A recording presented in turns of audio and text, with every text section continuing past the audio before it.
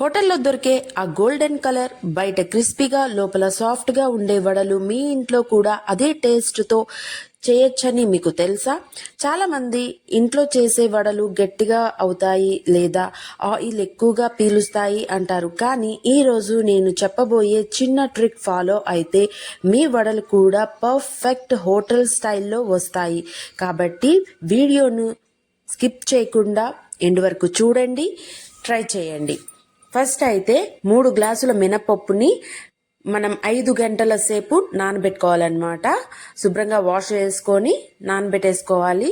5 గంటల తర్వాత వాటిని మళ్ళీ ఇంకొకసారి వాష్ చేయాలి. వాష్ చేసినాక గ్రైండర్లో మొత్తం మినపప్పు, నానబెట్టిన మినపప్పునంతా వేసేసుకొని 3 గ్లాసులకి గ్లాస్ వాటర్ అయితే పడతాయి. కానీ ఆ గ్లాస్ వాటర్ని మనం ఒకేసారి పోయకూడదు, కొద్ది కొద్దిగా పోసుకుంటూ చూసుకోవాలి మెత్తగా అవ్వినియా లేవా అని.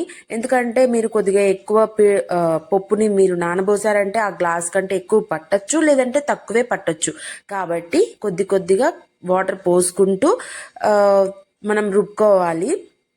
మీకు ఒక ట్రిక్ చెప్తా అన్నాను కదా, దీంట్లో మీరు ఉప్పు అయితే అస్సలు వేయొద్దు. ఉప్పు వేయకుండానే పప్పుని మనం రుబ్బుకోవాలి అన్నమాట. నేను సోడా ఉప్పులు కూడా ఏమి యాడ్ చేయను, చూస్తూ ఉండండి. అండ్ మెత్తగా రుబ్బుకున్నాం చూసారా, మెత్తగా అవ్వాలి. మనం మెత్తగా అయ్యిందని ఎలా తెలుసుకోవాలంటే, ఒక బౌల్లో వాటర్ తీసేసుకొని కొద్దిగా పిండిని మీరు వాటర్లో పోసారంటే వాటర్లో నుంచి అవి పైకి తేలుతాయి అనమాట. పిండి తెల్లగా వెన్న పూసలాగా రుబ్బుకోవాలన్నమాట. ఎంత మెత్తగా రుబ్బుకుంటే వడలు అంత బాగా మంచిగా వస్తాయి హోటల్ స్టైల్లో లాగే. ఇంకా ఈ పిండినంతా మనం ఒక గిన్నెలోకి తీసేసుకొని ఇంకా వాటర్ అయితే ఎక్స్ట్రాగా ఏం యాడ్ చేయొద్దు. మెత్తగా రుబ్బుకుంది అన్నాక ఇంకా వాటర్ కూడా వేయడం ఆపేసేయండి. తర్వాత మనం దీంట్లో 1 టేబుల్ స్పూన్ జీలకర్ర అండ్ పిండికి సరిపడా ఉప్పు మొత్తం వేసేసుకొని, మనం మైసూర్ బోండాకి ఎలా కలుపుకుంటాం పిండిని, ఆ విధంగా దీన్ని మనం కలిపేసుకోవాలన్నమాట. కలిపేసుకొని తర్వాత ఆయిల్ పోసేసుకొని డీప్ ఫ్రైకి సరిపడా ఆయిల్ పోసుకోవాలి. బాండి పెట్టేసుకొని హై ఫ్లేమ్లోనే ఉంచుకోవాలి. నూనె బాగా కాగినాకనే మనం వడలు అనేవి వేసుకోవాలి.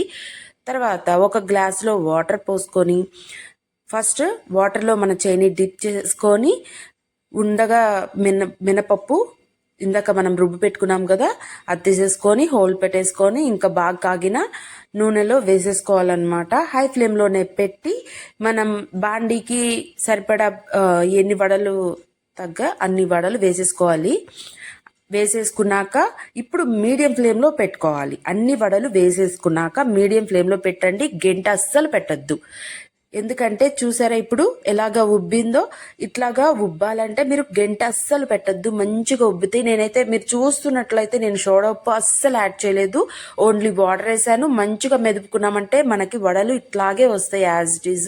సోడా ఉప్పు ఏమి వేయక్కర్లేదు, వేయకపోయినా వడలు మంచిగా ఉబ్బుతాయి. టేస్ట్ అయితే సూపర్గా ఉంటుంది. మనం పిల్లలకి హెల్దీగా పెట్టాలనుకుంటాం కదా, సో సోడా ఉప్పు వేయకుండా ఈ విధంగా చేయండి, చాలా బాగుంటాయి. తర్వాత టర్న్ చేసేటప్పుడు మీరు హై ఫ్లేమ్లో పెట్టేసి టర్న్ చేసేయండి.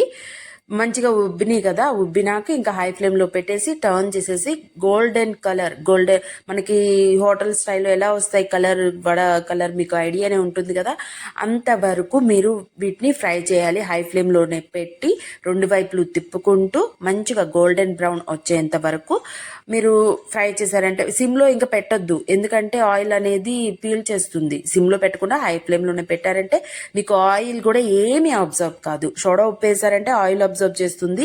నేను చూపించిన విధంగా చేశారంటే ఆయిల్ కూడా మీకు ఏమీ అబ్జర్వ్ చేయదు. ఇంకా తినే కొద్దీ తినాలనిపిస్తుంది, ఎగుటేస్తుంది అంటారు కదా, అట్లా కూడా ఏమి ఉండదు. నేను చూపించిన విధంగా చేయండి, నేను చెప్పిన కొలతలతోటే చేయండి. యాజ్ ఇట్ ఈజ్ చేశారంటే హోటల్ స్టైల్ వడలు మీరు కూడా చేసేయచ్చు. చూసారా ఎంత బాగున్నాయో. మంచిగా టమాటా పచ్చిమిరకాయలు పచ్చట్లోకి కానీ, సాంబార్లోకి కానీ, పల్లి చట్నీలోకి కానీ, దేంట్లోకైనా సరే తినచ్చు, చాలా బాగుంటాయి. చూడండి పైనంతా క్రిస్పీగా, లోపల సాఫ్ట్గా చాలా బాగుంటాయి. సాంబార్లోకి అయితే చాలా బాగుంటాయి కదా. మరి ఇప్పుడు మీరు చేయాల్సిందల్లా సబ్స్క్రైబ్ చేయడమే. సో ప్లీజ్ సబ్స్క్రైబ్ చేయండి, లైక్ చేయండి, కామెంట్ చేయండి.